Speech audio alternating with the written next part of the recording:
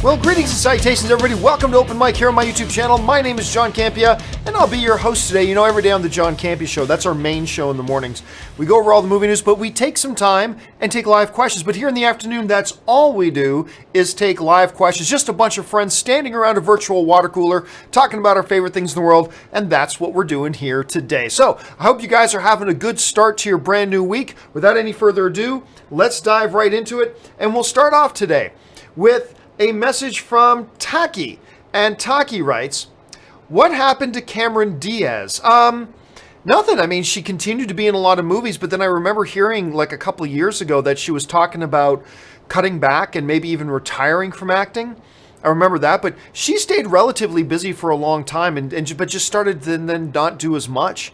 And I remember her doing several interviews talking about wanting to cut back and then ultimately pretty much retiring. So whether she's at that place right now or not, I'm not really sure, but she's done a lot of films in her career. All right. Jorge Sosa writes, Ant-Man and the Wasp now at 541 million. Fingers crossed for a part 3. Well, I mean, I would love to see a part 3. I honestly don't think they're going to do one, though.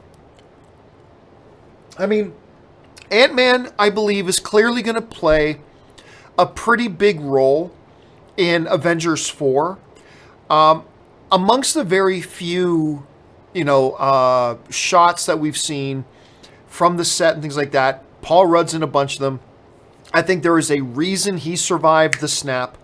And I believe he's going to play a pretty key role in Avengers 4. But then I think his most important arc is going to be done. I think we will see Ant-Man more in the future. But I honestly don't think we're going to see an Ant-Man 3. Look, the reality is that Marvel, the MCU is already overcrowded. It's already overcrowded.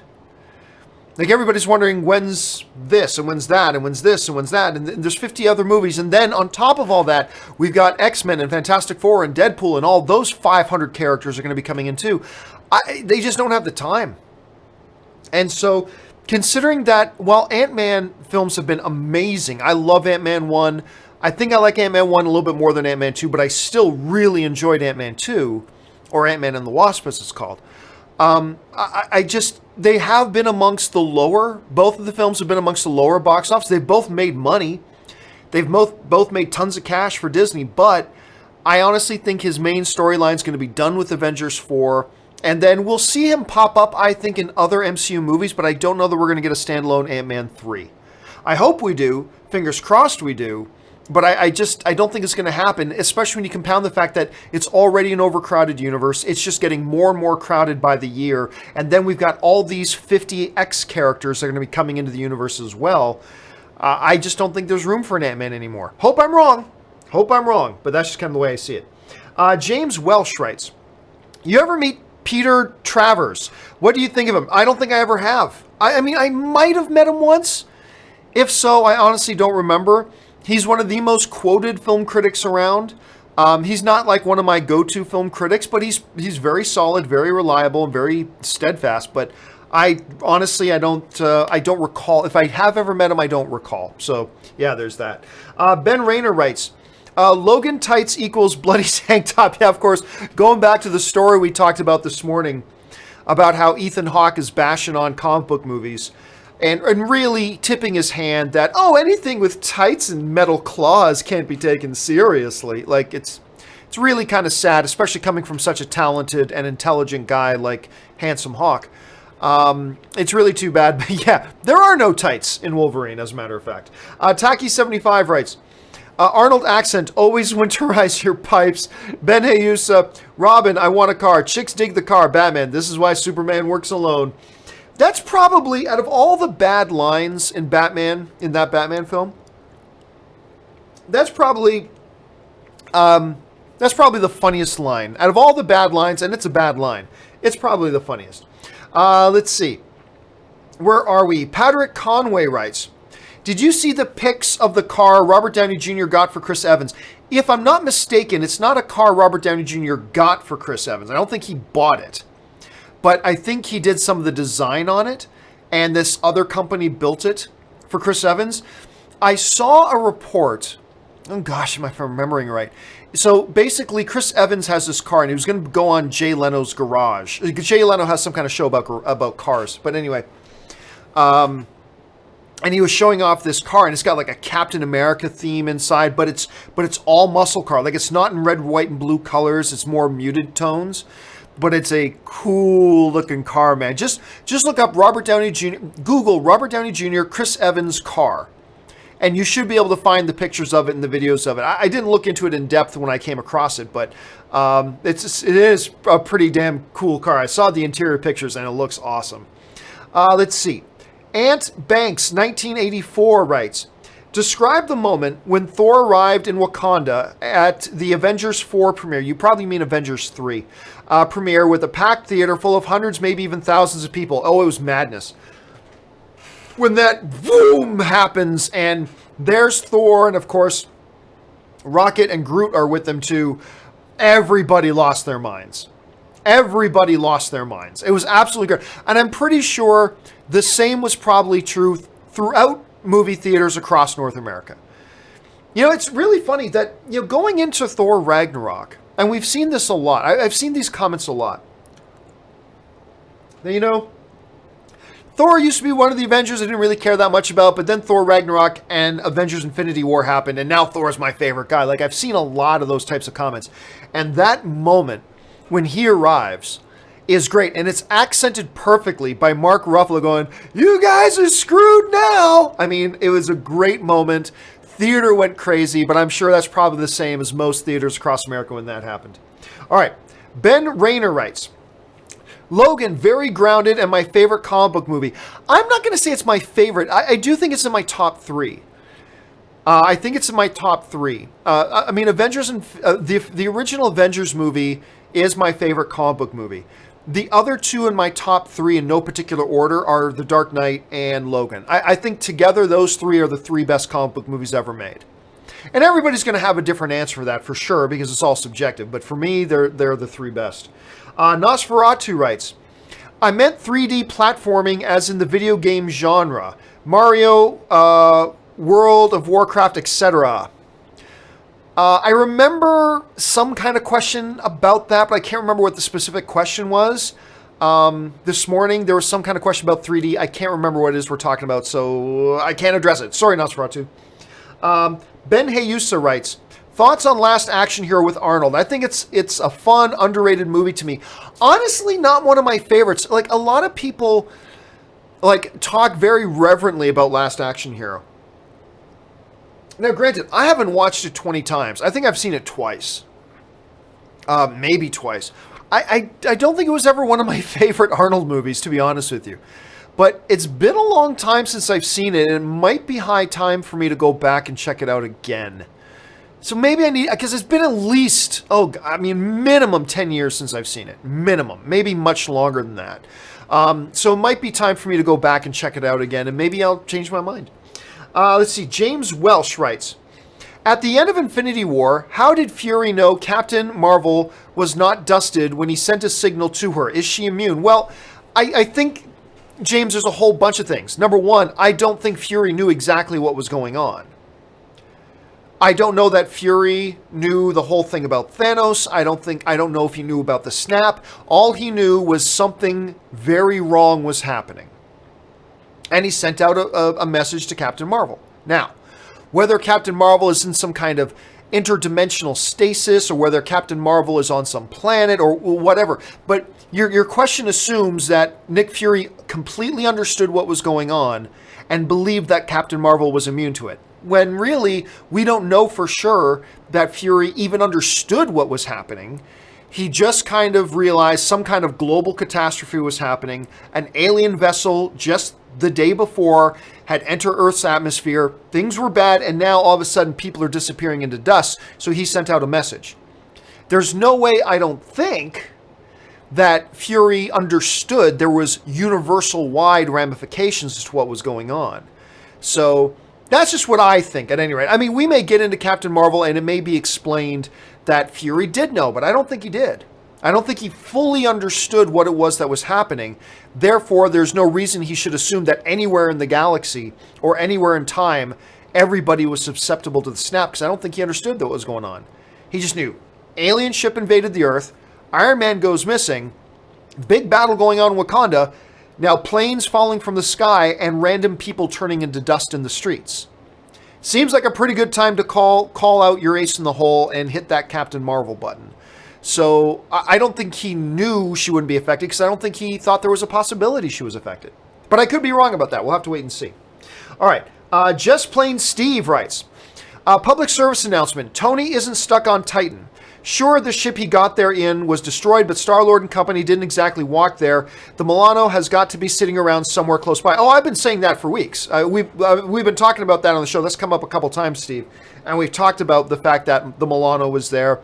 I mean, we know that Nebula crashed her ship into Thanos, but nothing says that Nebula's ship isn't still working either. Now, there's no way, that Tony can get into the Milano and figure out how to fly it, but Nebula's there, right? So, I completely 100% believe that Nebula took Tony on the Milano and took him back home. I mean, that's been my theory for a while. But one of the interesting things that came up the other day, and this was funny, it might have been Rob or maybe might have been one of the viewers brought this up. What happens if in Captain Marvel or Avengers 4 they undo the snap? What happens if everybody reappears exactly where they were when the snap occurred? Now you got Spider-Man and a few other people completely stranded on this dead planet of Titan going, hello? And they're just stranded there. That would be kind of interesting. That would be funny. All right. Sebastian writes, Strange Brew, I have to take a leak so bad. Yeah, I thought that was the movie, but I just wasn't quite sure about that. John Early writes, going into Aquaman, I want it to be good and I want DC to succeed. I mean, I think everybody who is a true comic book movie fan wants it to be good. You got some corporate zombie slaves that cheer for a movie to fail, which is pointless and stupid.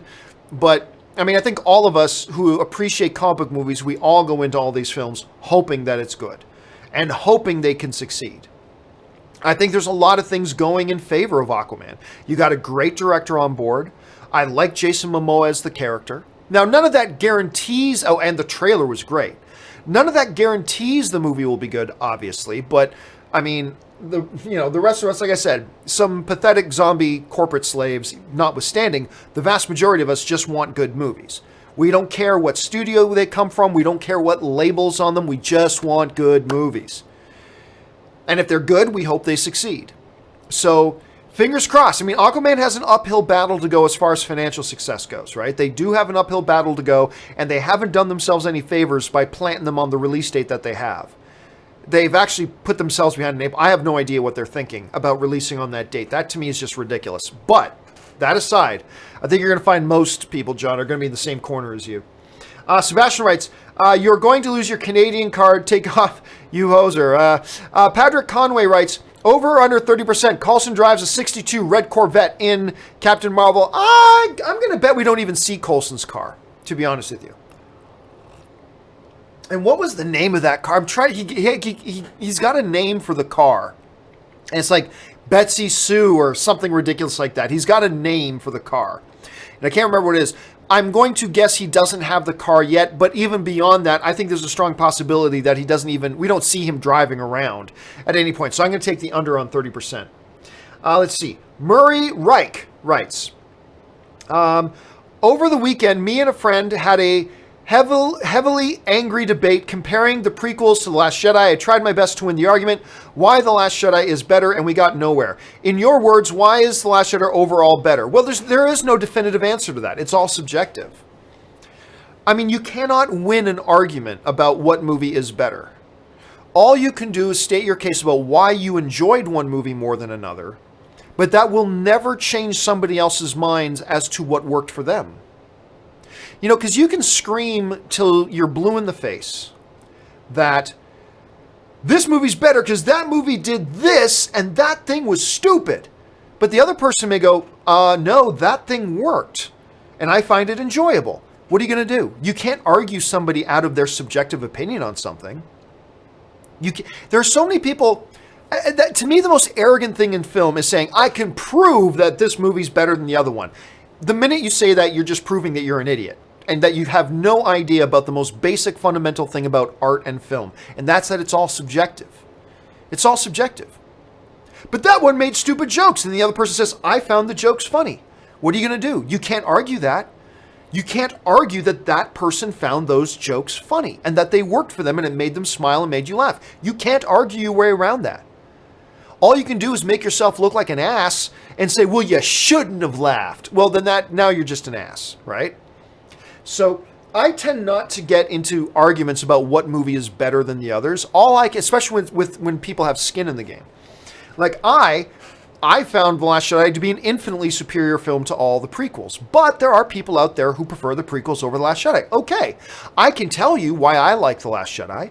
I can tell you what worked for me and what didn't work for me and why overall I still enjoyed the film. But there's no point in arguing with somebody else about it. There's no point. There's absolutely zero point in that. Because you are not going to change somebody else's subjective experience with the film.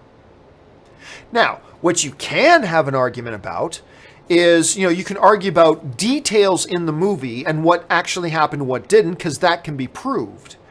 But what you cannot do is argue the quality of one thing over another. It's art. And if you don't get that, then you don't get the most basic things about movies. So I would say, Murray, there is no winning that argument. All you can do is say, I like this one more personally because these things worked for me and those things did not.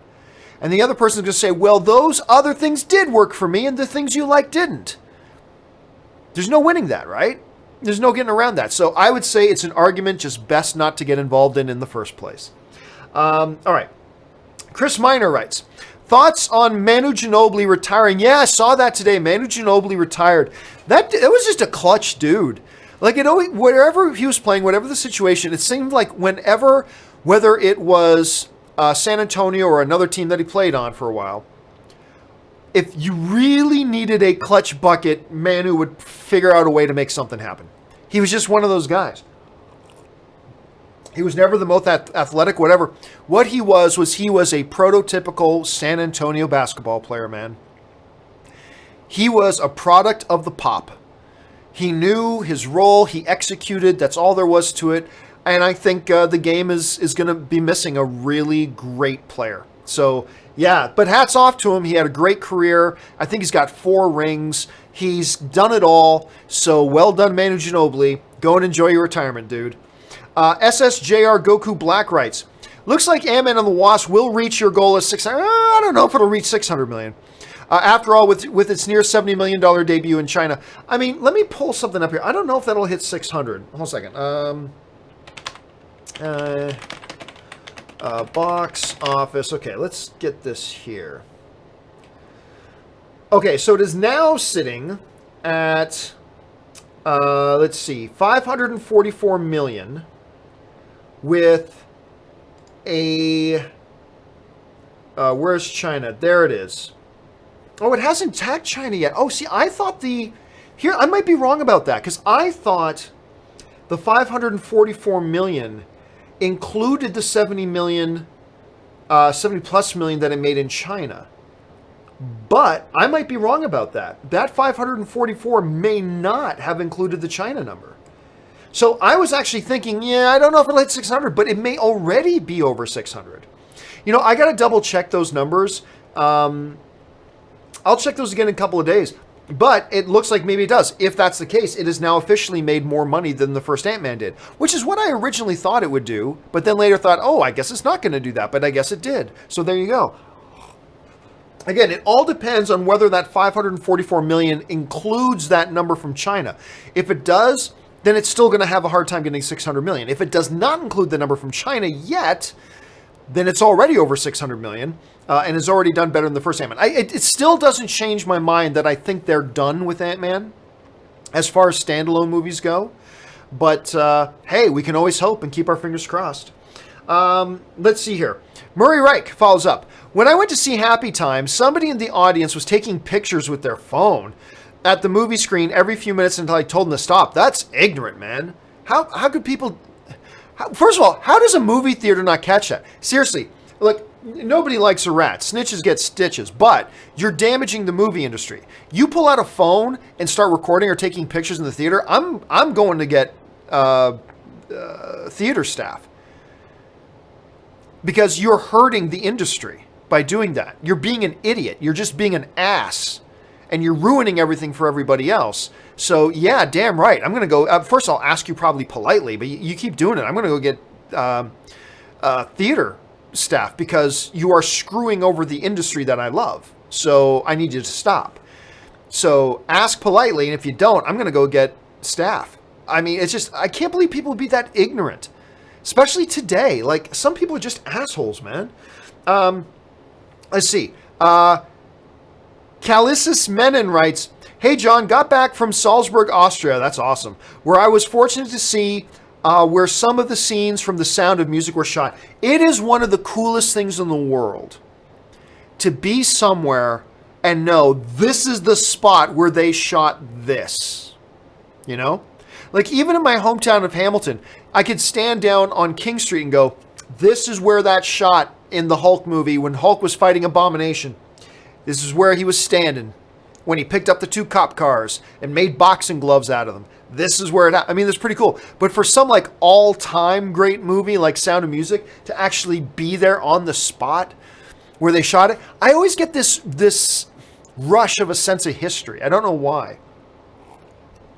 Like this morning I was telling the story too about when I went to the Chinese theater to see the premiere of The Force Awakens, right? Like, I've been in the Chinese theater before, but being there for a Star Wars premiere in the same theater where they premiered the original Star Wars movies back in 1977, that's pretty awesome. And so I am extremely jealous, man. That's an amazing experience to have. All right. Rodney Hurd writes, what are you, some sort of special forces guy? No, I'm just a cook. A cook? Just a lowly cook. Oh my God, we're going to die. Steven Seagal. That's Steven Seagal. Oh, what was the name of the damn movie? It's Die Hard on a Boat. Why am I drawing a blank on the name of the movie? Anyway, it's the one where it's Die Hard on a Boat. And that's the one. The girl comes out of the cake. Bah! Anyway, that's the movie. If I'm not mistaken, I think that's the line that's from. Der Wunderbar writes, have you seen Needful Things, John? Needful Things. If it's the same movie I'm thinking about, 1990? Max von Sydow, Ed Harris. Why not I just look it up? Needful Things, IMDb. Needful Things, 1993. Sorry. Movie release dates were not my expertise. Max von Sydow, Ed Harris. Yes, I have seen it. I do not remember liking it all that much. I think I've seen it once. I don't think I ever went back to watch it again. And seeing that once was 25 years ago or something like that. So I don't remember liking it. But unless there's another Needful Things that I'm not thinking of. But if that's the one, yes, I have seen it. Let's see. Menon follows up. Also, in Infinity War, how did Thanos know who Stark was before they met? Why did he say, you're not the only one cursed with knowledge? Oh, we've talked about that before. That's really nothing. I mean, it stands to reason that Thanos would have a full understanding of everything before he starts pursuing it, right? So when his initial invasion of Earth, or at least his Chitauri invasion under the leadership of Loki, was thwarted, he probably learned everything about these heroes on Earth. He probably learned everything about all of them, including Thor. Obviously, he knew a lot about Thor, including Captain America, he knew about all of them. So he would have done his research. He would have had intelligence gathered. He would have known about all of them. So of that, I have absolutely no doubt. To me, it's not a big question mark. It's not a big wonder. Let's see. Alexander Helmer writes, David Koechner is hilarious in all of his roles. I would disagree with that. I've seen Koechner. Of course, he plays Champ in the Anchorman movies, and he's awesome in this. Whammy! I love him in those movies. I love him in The Office. I love him in a few things. But to be fair, like every other performer, he's had its bad days. He's had its bad roles. I haven't loved him in everything he's in. I quite frankly, I think he's been flat in a couple things, and I think he's absolutely brilliant in other things. Overall, when I get to see him on screen, it makes me smile. But personally, I don't think he's been awesome in everything. But then again, there's very, very few actors or performers I could say that about. Rodney Hurd writes, what are some good character descriptions in movies? For example, my favorite is when Viggo tells his son who John Wick is when he kills his dog. I don't know, man. That's a very weirdly specific question. Best character descriptions in movies. I don't know. No idea. I'd have to think about that. The John Wick one's a good one, but off the top of my head, I don't know. I would have to think about that, seriously. Marie Seifring writes, my sympathies to the victims and first responders at the Jacksonville, Florida Gaming Convention. The world can be crazy. I'll be honest with you. I just saw some headlines. I do not know what went on. I saw some headlines. I saw something happen there, but I've just been so busy. I haven't had time to sit down and read about it. But I did hear that something happened. So yeah, I mean, you know what? Give me a second here. Let me look something up. Jacksonville. Okay, let's see here. 2 people killed at a Jacksonville video game tournament. Oh my God. Oh, they already have a suspect. Oh, and the suspect killed? It was a Madden tournament? Yeah, look, I didn't know about a lot of the details, and now's not the time for me to do the reading and find out about all that kind of stuff, but it's always horrible when you hear stuff like that. That's just terrible. So thank you for sending that out, Maureen, speaking for all of us. Thank you. Sebastian, please tell AMC I need a popcorn bucket. They ran out. I have nothing to do with AMC. I'm not affiliated with AMC in any way, shape, or form, other than the fact that I go to their theater all the time. Other than that, I am no longer associated with that company whatsoever, just to be clear.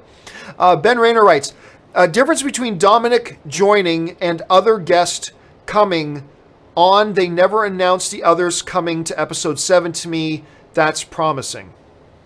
I have no idea what we're talking about. Difference between Dominic joining and other guests coming on. They never know. Oh, you're talking about Dominic Monaghan. Okay. Well, see, here's the thing. They didn't announce this one either. They didn't announce that Dominic Monaghan was coming on. I believe it was the Hollywood Reporter found out, and they reported it. But it was not announced. So basically what this comes down, so the guy from Lost and Lord of the Rings, Dominic Monaghan, I believe I'm saying his name right. I might be mispronouncing his name, whatever. It's been announced that he obviously worked with J.J. Abrams back in Lost, right? And obviously he was one of the hobbits in Lord of the Rings. He's going to be in Star Wars Episode 9. So somebody asked me this morning, does that excite me? And I said, no. The reason I'm not excited about it is because I have no idea if it's just another one of these tiny little roles like Simon Pegg as Unkar Plutt or Daniel Craig as a stormtrooper where you never actually see them and you never know it's them. Or they're just on screen for a minute and then they're gone, right? So I have no idea how big or how small of a role he actually has in the film. And what I said is, until I know whether it's a big role or a small role, I'm just not going to get that excited about it one way or the other. Now, what Ben is saying, but like unlike those other guests, they announced it. Well, actually, Ben, they didn't announce it, if I'm not mistaken. Just one of the trades found out about it and reported it. I don't believe Lucasfilm, I could be wrong about this, but I'm pretty sure Lucasfilm didn't put out a press release saying, we at Lucasfilm are thrilled to announce that Dominic Monaghan is going to be joining Star Wars Episode 9. Like, they didn't announce it. It got discovered by a major trade. They probably did their fact-checking, found out it was verified that it was correct, and then ran a story about it. So as far as I know, they didn't make an announcement about it. So we're kind of in the same boat still. Dimsum05 writes, it's called gatekeeping. GC, example. You're not a real man if you like rom-coms. Shame on Ethan for that closed-minded, toxic mentality. Hope he gets better. Yeah, I was very disappointed. Again, everybody says something stupid now and again. It has not affected my fandom of Ethan Hawke one little bit. I still think he's a ridiculously uber-talented actor who's a really, really solid guy. But yeah, when it comes to this, he's archaic, backward-thinking. You know, he's got to get over himself. Yeah, movie can't be good if it's got somebody who flies. movie can't be considered great. No, no, no. The only great movies are ones that fit in this tiny little box. Movies like the movies I make. That is such horseshit thinking that he's got to get over. It's fine if he doesn't like comic book movies. There's nothing wrong with that. If he watched a movie and said, I watched it, didn't work for me, that's fine. But once you start making these definitive statements, it's not art films. These aren't Bergman. You can't, it's a movie about, this is literally said, movies, it's not at the end of the day, it's a movie about somebody in tights with metal claws coming out of their hands. Pshaw! Oh my God, you sound like an ass. You sound like an ass. Yeah, I get it. I get it, Ethan. Your movie has a depressed priest or minister whose son died in the war, and now you found out you got cancer. Now you're going to use an explosive vest to kill yourself for a big environmentalist cause and blah, blah. Yeah, I get it. You like your little box. I get it. You like that tiny little box of films. I get it. And to you, only films in that box can be considered great. And that's bullshit. You're going to have to get over yourself. You're going to have to get over yourself. There are art films that are pieces of garbage, and there are art films that are great, like your movie, First Reformed. Great film. Great film. And Ethan Hawke is brilliant in it. But there are films outside of that tiny little narrow-viewed box of yours that are crap, and some that are brilliant. Some that are absolutely brilliant. And the fact that you want to close off your mind just put up these walls and say anything with somebody in tights or flies or has super strength, those can't be considered great films. I'm just sad for you. I just think it's pathetic. I'm just sad for you. And it's beneath you because of how talented you are. And it's beneath you. And I really hope he comes to his senses on that nonsense. Lewis writes, gonna see Hulk in IMAX Thursday. I love A-List. Thank God for AMC A-List, man. I love that. You know, a lot of people are like, especially with these IMAX things coming out, people are like going, wait. With AMC A-List, you can go see these special showings on like IMAX screens or in Prime or in Dolby or in 4DX or whatever. Yeah, you can. Enjoy.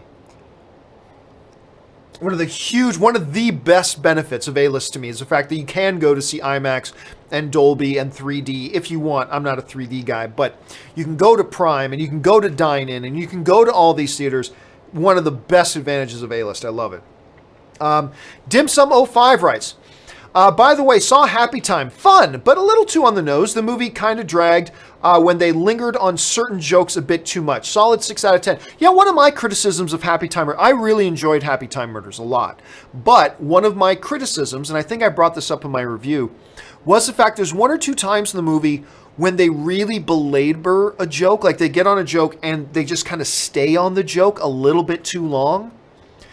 And fortunately, it only happens like a couple of times in the film, but those are a couple of standout times to me.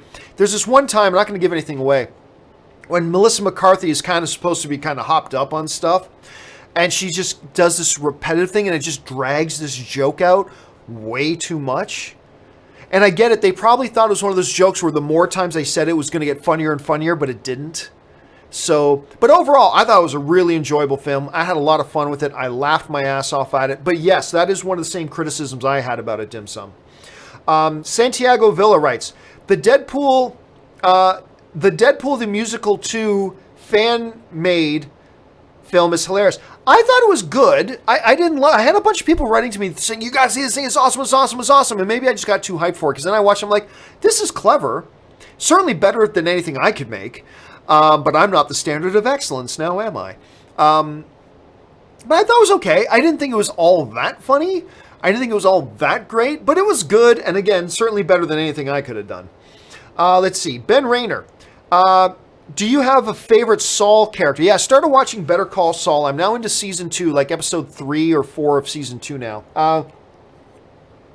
Mike is, well, first of all, Saul is a great multi-dimensional character. There are so many layers to that character. Like a weasel who deep down actually wants to be a good guy and tries to be good and sometimes is good, sometimes does weaselly. Like, it's a great character. I gotta admit though, I just smile whenever Mike's on screen. The Mike character, obviously one of the bring-over characters from Breaking Bad. Mike is great in this series. I'm really liking the Mike character a lot. And I love getting his background story too. that we didn't quite get in Breaking Bad and that we did get in this show. And I really like that a lot. Kevin Laniel writes, John, I wanted to congratulate you on your well-deserved award. I saw your acceptance speech, and man, what a class act. Oh, thanks so much, Kevin. I really appreciate that. It was a tremendous honor. It is the third IAW TV Academy Web Television Award that I've been privileged to be a part in winning. We won in 2000 and I think in 2015 or 2014, we won Best News Series for AMC Movie Talk. Then in 2015, we won Best Live Series for AMC Movie Talk. And then this year I won Best Live Series for the John Campea Show. Should note, all 3 of those years, I was nominated for Best Host. And I've never won. I am 0 for 3 when it comes to being nominated for Best Host. I mean, I've been nominated for Best Host 4 times. 3 times for Best Live Host. Or 3 times for Best Host, 1 time for Best Pre-Recorded Host. I don't think they have a distinction anymore at the IAW TV Awards. They just have a Best Host category now. But they used to have a Best Live Host and a Best Pre-Recorded Host. And I was nominated once for Best Host 1 year. And then another year I got nominated for Best Live Host and for Best Pre-Recorded Host. So I was nominated for Best Live Host for Movie Talk and nominated for Best Pre-Recorded Host for Mailbag. And then, so that was 3 nominations there. And then I got nominated again this year for Best Host. And I am a perfect 0 for 4.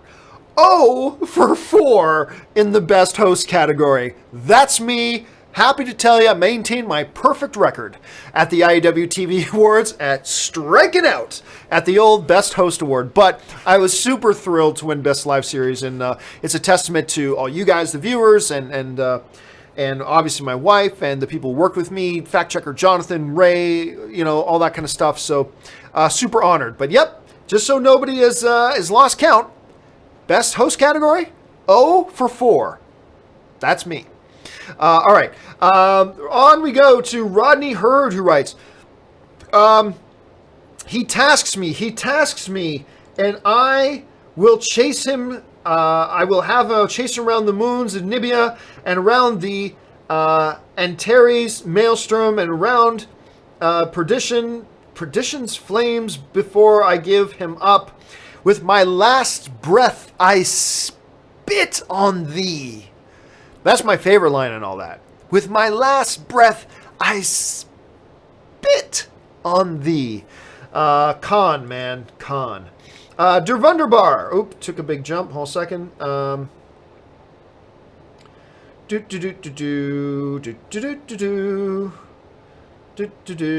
Okay, here we go.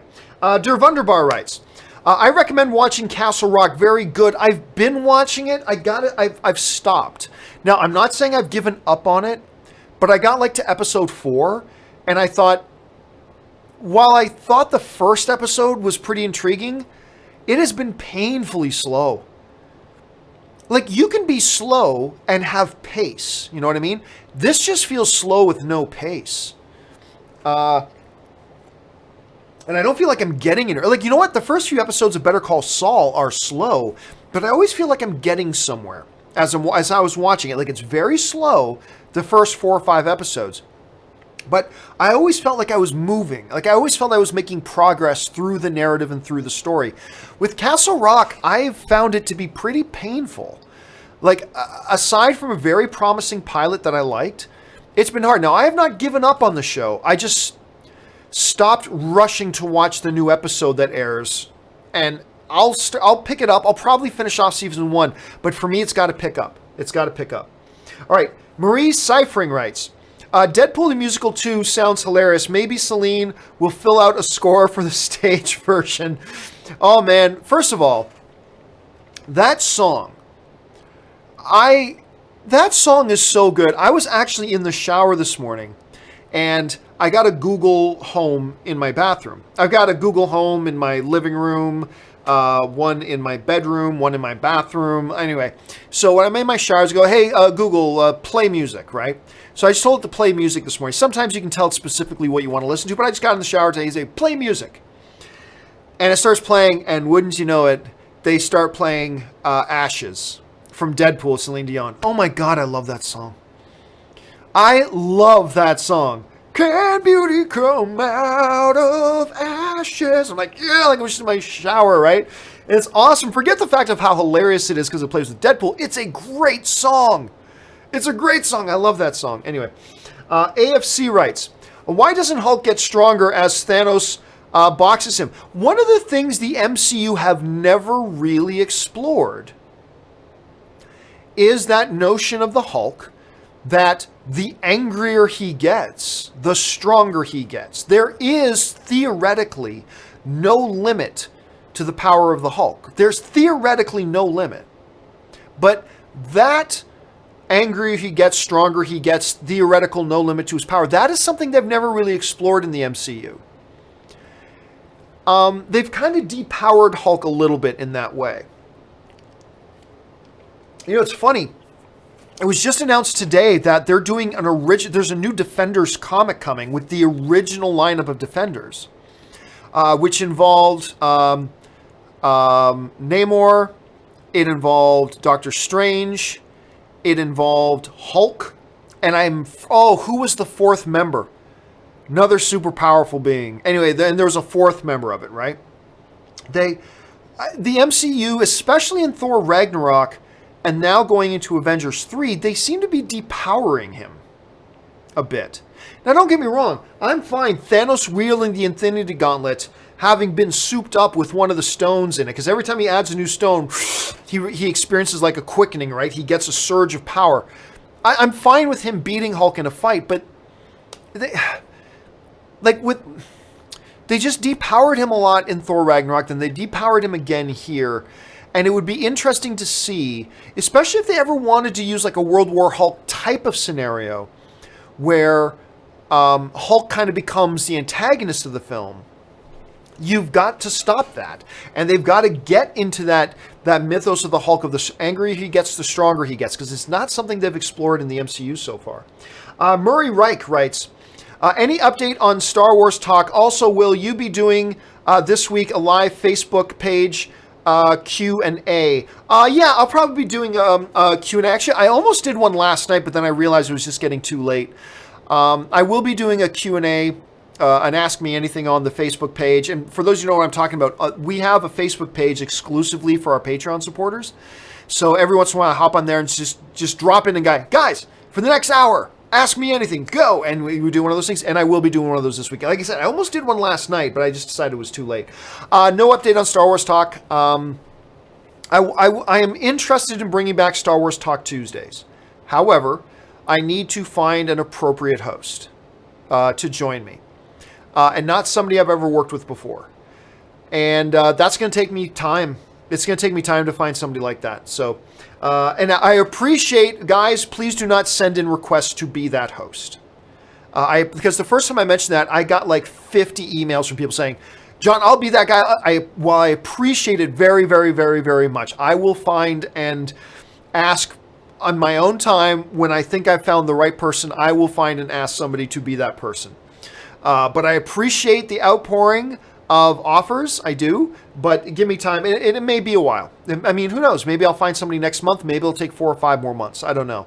But until, it's going to be like the Weekly Hero. Until I have an appropriate co-host to really do it with me that I think will do it justice and all that, and I think I'll have the right chemistry with and all that kind of stuff, it's just going to have to wait.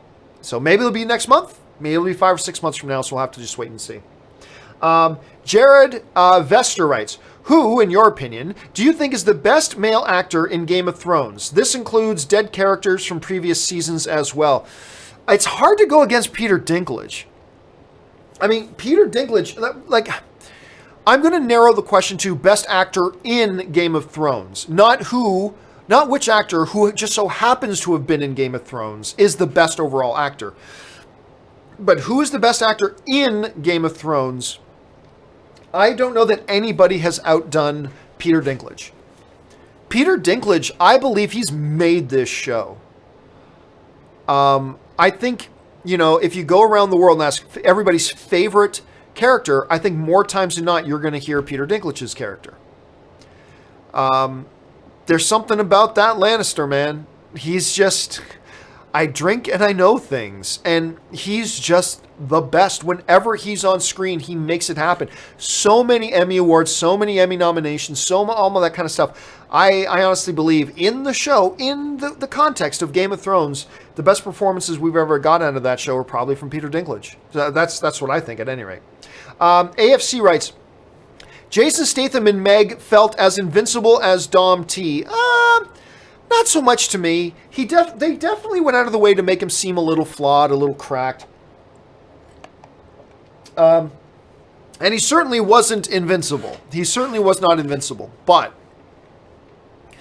everybody knows I'm a big Jason Statham fan. And I cannot wait to see Hobbs and Shaw with him and Dwayne "The Rock" Johnson in their Fast and Furious spinoff.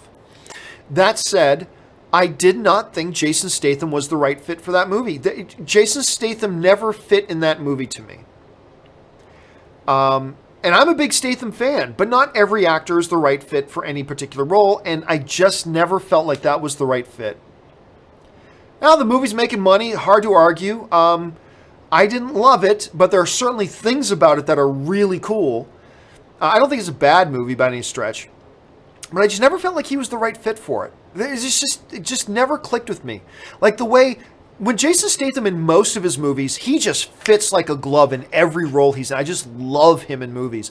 But for whatever reason, it just never felt like a right fit for me with Jason Statham in this one. But hey, not everybody can be everything in every movie.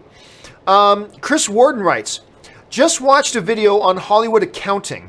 I found the whole concept fascinating and was surprised how studios can take successful films like Harry Potter 5 and Forrest and deem them financial losses. Well, I mean, look, be very, very careful. Be very, very careful about taking specific examples and thinking those specific examples are industry-wide things. Most of the industry, most of the time, acts pretty above board. But yeah, there are instances when studios have acted kind of shady. And I mean, look, there are still some people out there who think, oh, if a movie costs $100 million to make and it makes $101 million at the box office, that means it's profitable. No, there's still a lot of math that goes into that shows it's very much not profitable. You got to make 2.5 times your budget. Roughly speaking, you need to make about 2.5 times your budget to break even. But there have been examples in history of some studios that have been a little bit shady. But that shouldn't paint a broad picture of the way everybody does it, right? Like, it reminds me of this one time, there was this one Academy Award voter who admitted they voted for something they didn't see. And then now there are 6,000 Academy members, right? And everybody started writing, see, Academy members don't even watch the movies they're voting for. No.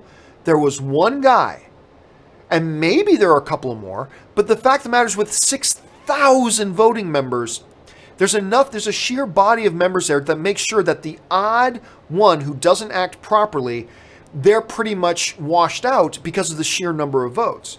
So I just be very careful to not paint the entire industry because of a couple of key examples. That's just what I would say. Chris Warden follows up. Sorry, I meant Forrest Gump. I assume that's what you meant. That's what you meant, Chris. No worries. Durhama1 writes, did you see John Wick Hot Toy? I did not. No. Hold a second. John Wick Hot Toy. Oh my goodness. Okay. Okay. I want that a lot. I'm looking at the John Wick 2 Hot Toy right now. Let's see. Hot Toys, John Wick 6 scale figure. Here we go. Loading it up. Oh my gosh, that looks so good. Oh, and they've got the coins. You know they got the coins for calling in the debts. Oh, that looks damn. Oh God. Oh, to be rich so I can just buy Hot Toys. Damn, that looks good, man. That looks so good. Look it up. Look it up, guys. You'll see what I'm talking about. Let me see if I can actually pull this image over. I'm not sure I can. Oh, maybe I can. Give me a second here. Let me try this. Here we go. All right, let me see if I can zoom in on this guy for you here, just so we can get a better idea of what we're dealing with. I think this looks great. Hold on a second here. All right, there we go. I think that looks awesome. I think that looks totally awesome. Okay. Yet another thing I can't afford to buy. All right. Zach Bartran writes, can't remember if I asked this, but Alex Garland for Star Wars films, yay or nay? I don't know. Hold a second. If I'm thinking of... I think there's this one movie he did that I think... I mean, look, I'm as big of a fan of Ex Machina as anybody, right? But can he do something on that scale? And I gotta say, I wasn't that big of a fan of... a bunch of people really liked Annihilation. That's great. Honestly, to me, was nowhere near the same quality level as Ex Machina was. I was thinking he directed this other thing, but he didn't. So that's not. Oh, you know what it is? He did the screenplay for... That's what I was thinking of, was Dredd. He did the screenplay for Dredd. I don't know. It's tough because Star Trek is such a big scale kind of movie. And I haven't seen Alex do anything big scale like that. But then again, James Gunn had never done anything big scale before he did Guardians of the Galaxy. He just told some really good stories in some smaller scale movies. And he showed he was a good storyteller. So, why not? Why not? You know, he's also going to be writing for that, if it ever actually happens, that Halo series as well. So, there's that to keep in mind. So, yeah, you know what? I'd say sure, I'd be fine with it. He wouldn't be the first on my list, but if they announced tomorrow that Garland was going to be directing a Star Trek film, I'd go, okay, yeah, let's see how that turns out. I'd support it. I'd support it. Probably about 10 or 15 other names I would want in front of him, but if it is one of those names that they announced him, I'd be good with it. Let's see. Nikhil Shirsat just sends in a super chat. Thank you so much, Nikhil. I appreciate that, man. Angry Irish Benjamin, I love that name, writes, even if the MCU doesn't see another Ant-Man, we still need Ant-Man-like films. They avoid things getting too serious and grim, especially after Infinity War. No, like, one of the great things about Ant-Man and the Wasp was that it is a movie that on several levels changes gears, right? So, number one, both Ant-Man movies gets away from this whole save the planet or save the galaxy. Like, you can't have every movie about saving the planet or saving the universe.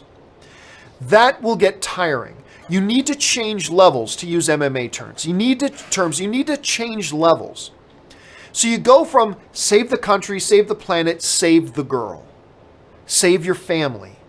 Save the mom, you know. Change levels up to keep things interesting.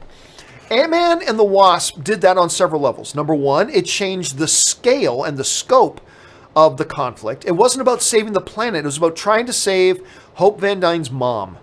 About trying to save Hope's mom. That's awesome. You need to get away from just, the planet's at stake. You can't do that every single movie because we're going to get tired of it. So it changed levels on that thing. On another level, Ant-Man and the Wasp was a great palate cleanser coming off of the heaviness of Avengers Infinity War. Like, coming out of that movie, a really good palate cleanser like Ant-Man and the Wasp, just fun, crisp, funny entertainment, boom, perfect. It was perfect timing for that kind of movie. And so I completely agree with you, Angry Irish Benjamin, that even if they don't do more standalone Ant-Man movies, they need to continue doing that level changing.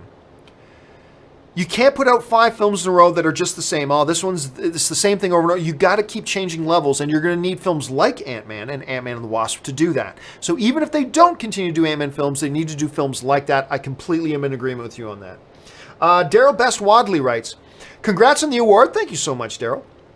You deserve it. Random question, but I'm curious. Do you like rap music? And if so, who is your favorite rapper? I like just about every kind of music. The only music I'm really not into is country music. Besides that, seriously, if you were hanging around my room when I'm in the shower in the morning playing music, you'll hear everything, oh my God, from U2 to Drake, to Rob Zombie, to Metallica, to, I mean, you name it. I listen to just about everything. To classical, to movie scores, to, like, what I listen to just about everything. My all-time favorite rapper. It's a little stereotypical to say Run DMC, but really Run DMC was my all-time favorite. R.I.P. Jam Master Jay. But if you want to go back to that era, my all-time favorite rapper was probably Kool Moe Dee. Kool Moe Dee was my guy. I used to love Kool Moe Dee. So, I mean, there's a bunch of good ones today, too, absolutely. But I just find rap today doesn't have the same heart that it used to have. But there's still a lot of rap today that I'll enjoy listening to. And again, I'll listen to just about anything. Thanks for the question, man. Nathan Oswald writes, would you rather watch Battlefield Earth while John Travolta is licking you all over? What? Or watch Catwoman while Halle Berry is grafting your skin? I don't understand the question, Nathan, so I'm just going to move on. Corey Odenbright writes, hey, John, just saw the movie Hostiles and thought it was an excellent movie. What are your thoughts on it? Thanks. If that's the one directed by Oliver Stone, hold a second. Let me just make sure we're talking about the same movie. Sorry. That was Savages I was thinking about. That was Savages. You're talking about the Christian Bale movie. Oh, yeah, I love it. I was late to the party on Hostiles. Yeah, I was thinking of Savages. Sorry. Savages is very different from Hostiles. Hostiles was great. I didn't think it was one of the top 7 or 8 films of the year, but I thought it was a wonderful film. You know, it's funny because somebody asked me a question not long ago about Hostiles. And they're like, what happened to Christian Bale? Why doesn't anybody want him in big movies anymore? And it's like, well, no, you don't get it. Christian Bale has so much success now and so much money. He just likes taking these films that provide very, very challenging roles for him. That's what he's looking for at this point in his career. Because somebody was like talking about his involvement in Hostiles as if it was some big step backwards. It's like, no, it's an excellent movie. And he had an excellent character that he could sink his teeth into, and he did an excellent job. Rosamund Pike. First of all, I don't know why she's not a bigger star. Like after, what's the one she did with Ben Affleck? Gone Girl? Was that it? Is that the one she did with Ben Affleck where she's crazy? I thought she was going to explode after that movie. She should have exploded. I don't know what stopped her from just becoming the biggest A-list actress in the business after that movie because she was so damn good with it. Anyway, I'm going off on a rabbit trail. Hostiles, I thought it was a solid movie. I thought it was really great. I enjoyed it a great deal, even though I was a little bit late to the party on it. Let's see. Pedro Garcia writes, funny, I saw Sinister last night with Ethan Hawke, and I felt that was an awesome horror film. Horror show genres can be awesome and or great. Yeah, look, you know what the funny thing is? Let me see if I can find this here. I'm not sure. I'm just going to have it. Oh, I do. I have it right here. 1 second. So it's funny because I showed this picture earlier today. This sit-down interview, when Ethan came into my studio, we were actually talking about that little horror movie. We were talking about that movie. And I actually quite enjoy the movie. The one thing about the movie that I did not like, the one thing that I didn't dig in Sinister was the ending. I really thought it unraveled at the ending and kind of came apart, to be honest with you. But fortunately, before it started to unravel and come apart, I thought it was a very solid little film. I thought it was a solid little movie that I enjoyed a great deal. Again, I thought the ending dropped the ball, but that notwithstanding, overall, solid film. I had a great time with it. And that was the movie that I had my first opportunity to sit down and chat with Ethan Hawke. And I thought he was great in it. I thought he brought a lot to that film. So you'd think somebody like that, doing some good work in a genre film like that, would have a little bit of more appreciation for genre films that don't fall inside that one little tiny box that he says are the only films that can be considered great. So get over yourself, dude. Get over yourself. Anyway, let's see. Next one. Zach Bartron writes, favorite David Lean film? I'm not even positive I'm thinking of the right guy, to be honest with you. Let me just look it up. The only David Lean I know is the one who directed Lawrence of Arabia, so that's it. David Lean. It's the only one I'm finding, so we'll go with David Lean. Well, I mean, consider Lawrence of Arabia was like my all-time, is in my top 10 all-time favorite movies list. Like it always has been. Lawrence of Arabia has been in my top 10. Dr. Zhivago, a lot of people love. Obviously, like Bridge on the River Kwai with Sir Alec Guinness. Yeah, I mean, but since I have always had Lawrence of Arabia in my top 10, that's the one I got to go with. So I'm going to go with that one. All right. Nathan Oswald writes, redeeming quality of Batman/Robin is Michael Go. And again, let me see if I'm thinking of the right guy. I think it's the same guy that I confused before, but I'm not 100% sure about that. Let me just make sure here. Oh, that's not who I was thinking of. I totally wasn't thinking of the right guy. You're talking about the guy who played... it was the guy who played Alfred, right? And he died, he passed away a few years ago. But he was also in Top Secret, by the way. Anyway, that was one of the neat things, is that Alfred was like the consistent dude tying all these Batman films together. It was the Alfred character. While all the other roles changed and all the movies changed and who's playing this and who's playing that and all that changed all the time, it was Alfred playing all the way through. That was the one consistent string, right? I always thought that was one of the cool things about that. Okay, Nosferatu writes, what are you going to do? Bleed on me? Oh, which movie is that from again? I can see it, and I can't remember. Oh, well, you got me on that one. Zach Bartron writes, just rewatched the Poseidon remake, and it's not that great of a film, but the production design is pretty great, and it's a well-made movie. That had, was that the one with Dennis Quaid? Hold on a second. Or, not Dennis Quaid.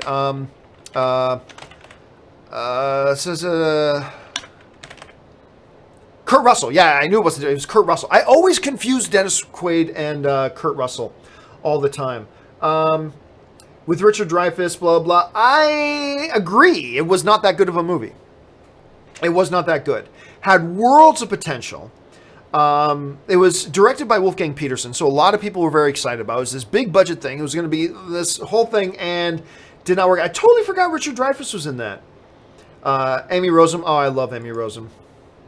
I really like her a lot, actually.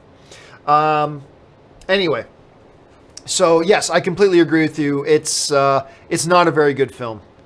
Artistically, visual effects, especially for the era that it was in, it was quite astounding, but you can't build your whole movie on that, and I agree, it just kind of flopped as a film a bit. Nathan Oswald writes, objectively, is there a perfect movie? No, objectively, there's no such thing as a good movie either.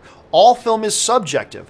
Unless there is something you can take a physical measuring stick and quantifiably measure, nothing is objective. Only things you can quantifiably measure and prove scientifically, otherwise it's all subjective. So no, there's no such thing objectively as a perfect movie. Maurice Fuentes writes, hello, John. How are you doing? I'm doing pretty good today. Thank you so much, Maurice. Are you planning on seeing a few MCU movies on IMAX for their 10th anniversary? I'll be seeing one per day. Oh, you're damn right. I'm going to go see a couple. I got to figure out my schedule. I got to see which ones Ann wants to see, and you're damn right I'm going to go see. I'll go see 3 with my A-list, and then 1 or 2 I'll try to squeeze in with my Cinemia, if the Cinemia, I think the Cinemia will work for them. And yeah, I'm going to try to get in a couple if I can. Patrick Conway writes, my favorite line in Age of Ultron is, I can choke the life out of you without changing a shade. Bruce threatening Wanda, totally buy that he would do it. I don't remember the line. And I just watched Age of Ultron again not long ago. I can choke the life out of you without changing. I don't remember the line. And I just saw the movie again on TV, like just recently, and I don't remember that line. Huh. Oh, well. That shows you're always missing things, even in movies you see like 7 or 8 times. Noah DeGarmo writes, thoughts on 2001: A Space Odyssey? Oh, we've talked a lot about that movie the last couple of days. Like, we've talked ad nauseum about it. I love it. It's great. Granted, for me, it's not in my top 10 or top 20 all-time favorite films, nothing like that, but there's no denying its place in history as a classic in the genre. And, we talked about it a little bit this morning, too. It's not a movie everybody's going to love the first time they watch it. It's just one of those types of films, right? But I think it's wonderful. I watched it at least every 2 or 3 years. I end up sitting down and watching it. Just love the film. And a lot of people, I had somebody write me this morning, or it might have been earlier today, but wrote to me and said, hey, I actually saw 2001: A Space Odyssey for the first time in IMAX. And it's like, that is awesome, because most people from now to the end of time are only going to watch 2001: A Space Odyssey for the first time on a television screen. Not everybody gets to see it for the first time on IMAX. So that was pretty awesome. Let's see. Nikhil Shirsat writes, longtime fan from India. Thank you so much, Nikhil. Congrats on the award. Love your show, and you have become part of my daily schedule since 2013. Watch Sacred Games on Netflix. Which one is Sacred Games? Hold on, let me just double check that. I don't recognize the title. Sacred Games. Okay, it's got a pretty decent rating. It's got a good rating on it. I may have to check it. Then again, I tend to lean away from Netflix films. I've just been too disappointed too many times. Oh, it's a series. Oh, it's not a movie. It's a season of something. All right, I might have to check that one out. All right, thanks a lot for the recommendation, Nikhil. Noah DeGarmo writes, what DC animated content do you actually like? Well, I really like their rendition of The Dark Knight Returns. Their Dark Knight Returns adaptation was great. Both parts. I thought they were great and well done. I thought their Flashpoint was pretty good. Not great, but pretty good. I thought their Flashpoint was pretty good. And then when you go back to the old Batman, like the old animated Batman series, I like that. And what was the animated Batman movie? Mask of the Phantasm, was that it? Yeah, Mask of the Phantasm in 1993. That one I liked. Other than those ones, I think pretty much all Marvel and DC animated stuff is crap. There's a few exceptions on the Marvel side as well. There are a few Marvel exceptions as well. But those are a couple of the DC animated ones that I actually quite appreciate. Let's see. Angry Irish Benjamin writes, remember seeing Thanos in the first Avengers movie when he turns to us with a smile? I always thought he was saying to us, I'll be seeing you soon, audience. Well, and remember the setup line, right? His little minion dude, I can't remember the minion dude's name, the dude that Ronan kills in Guardians of the Galaxy. His minion dude's, to challenge them, talking about the Avengers. The minion says to Thanos, to challenge them is to court death.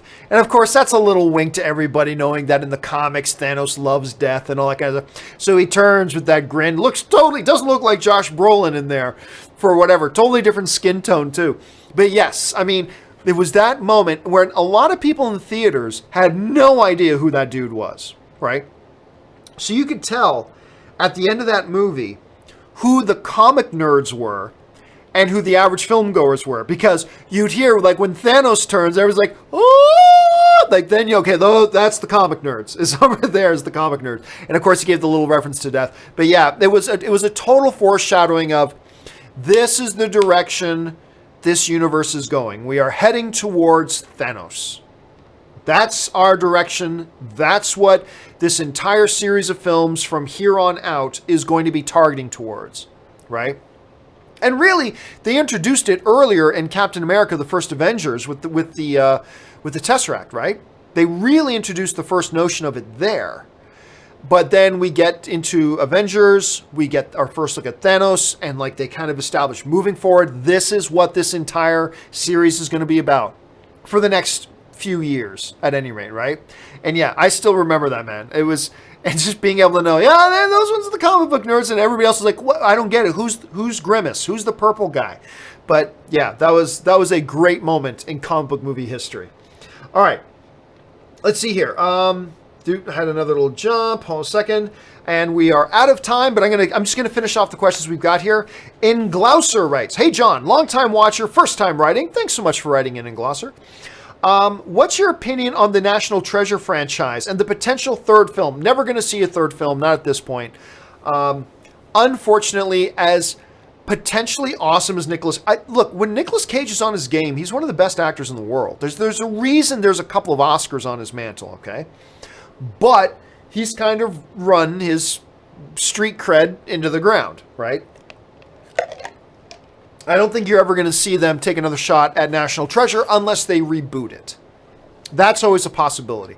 I enjoy the National Treasure movies. They're fun for what they are. They're a little bit too ridiculous, but hey, they're meant to be ridiculous, but they're fun. It was funny you mentioned that because Ann and I, about once a week, will get home and we're not quite ready for bed yet, and we'll just flop on the couches. Let's just put some on. We'll put on a random episode of either The Office or a random episode of Parks and Rec. And the other day, we popped on a random episode of Parks and Rec, and it's when Leslie and Chris, played by Christopher Pratt, or no, his name's not Chris, Andy, played by Christopher Pratt, are in Washington, right? And they're on the steps of the Capitol, and like Andy's on the ground, or Chris Pratt's on the ground, like looking around, digging up gum and everything, and she's like, "What are you?" It was just really funny. So, yes, I enjoy those movies. I had fun with them. But honestly, I don't think we're ever going to see a third one. It is more likely 5-10 years from now that maybe they'll reboot the National Treasure franchise. But honestly, I don't think they're going to do a third one. But who knows? They might pleasantly surprise us. Let's see. John Harrison writes, do you think Groot can use Stormbreaker since it's a part of him? Well, technically, once Groot cut off his arm, that ain't him anymore. Any more than you cutting off your fingernail, that fingernail is no longer you, right? That fingernail is no longer part of you. But yes, I would remember, he picked up the hammer. He picked up the head of the hammer already when it was still a part of him and he was holding it. And then he cut off his arm to make the handle for it, right? So yes, being a completely different type of species, I believe Groot could wield Stormbreaker. I do. Patrick, I can't prove that. I'm just a wild guess. Patrick Conway writes, you watch Avengers Sacrifice video that the Russo liked. I don't know what we're talking about. Sorry about that, Patrick. Nikhil Shirsad writes, next time you visit Goa, India, Diet Coke's on me. It's good to know. I will keep that in mind. I have never been to India, anywhere in India, let alone Goa. I haven't been to a lot of places. I mean, you'd think, John, you strike me as a world traveler. Nope, I've never been anywhere. I have been to Canada, the United States, and I've been to Mexico. That's it. I've never been anywhere else. I'm Italian. I've never even been to Italy. Anne's been to Italy 3 times. I have never been to Italy. So I got to do a little bit of traveling, damn it. All right, and Tiny Little Critics, final question of the day. Comes to us from Tiny Little Critics, who writes, hey, John, my daughter's movie review YouTube channel, Tiny Little Critics, has been asked to join Disney's YouTube network, Maker Studios. Good idea. Ooh, okay, so Maker Studios is what is known as an MCN, or a multi-channel network, okay? I, right now, belong to an MCN myself. I belong to an MCN called BBTV. And there are many multi-channel networks out there. There can be some advantages to multi-channel networks. There are disadvantages to multi-channel networks. I don't want to pretend I'm a big expert. And I'll be honest with you, right near the end of my time at AMC, we joined our AMC Movie News channel to Maker Studios, which is owned by Disney now. They weren't always owned by Disney, but they're owned by Disney now.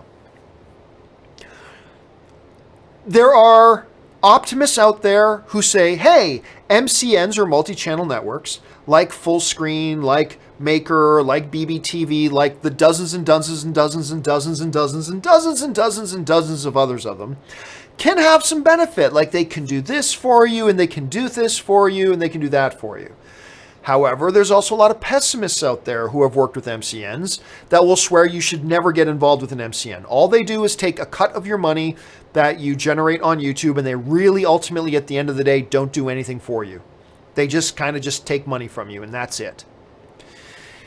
I would suggest really taking your time And again, don't take my word as any kind of an expert on this. I would just suggest really look into, sit down with them. What are they really offering you? And what are they actually taking from you? And there are situations when I believe it can work for you. You know, I'm in an MCN right now, and I had to work very hard. Like, I actually negotiated for about 5 months with the guys at BBTV to get the agreement to the place that I felt comfortable with it, and they obliged, and I have enjoyed my time with my MCN, but a lot of people, a lot of big YouTubers have not liked their time with MCN, so it's really, I would suggest do a lot of searching on YouTube, search for a good idea to join MCN, and you'll get some people with videos laying out some arguments why it could be a good idea. You'll hear from some people saying why they may not be a good idea, and only you can make that decision for yourself. But I would say take your time. Don't let anybody pressure you into signing up. Don't be forced into doing anything. If they say to you, oh, we really want to move quickly on this, just say, well, tough. Like, take your time.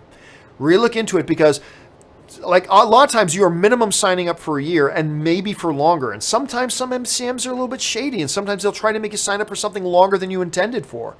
And you got to read the fine print. Just make sure you're comfortable before signing anything with anybody.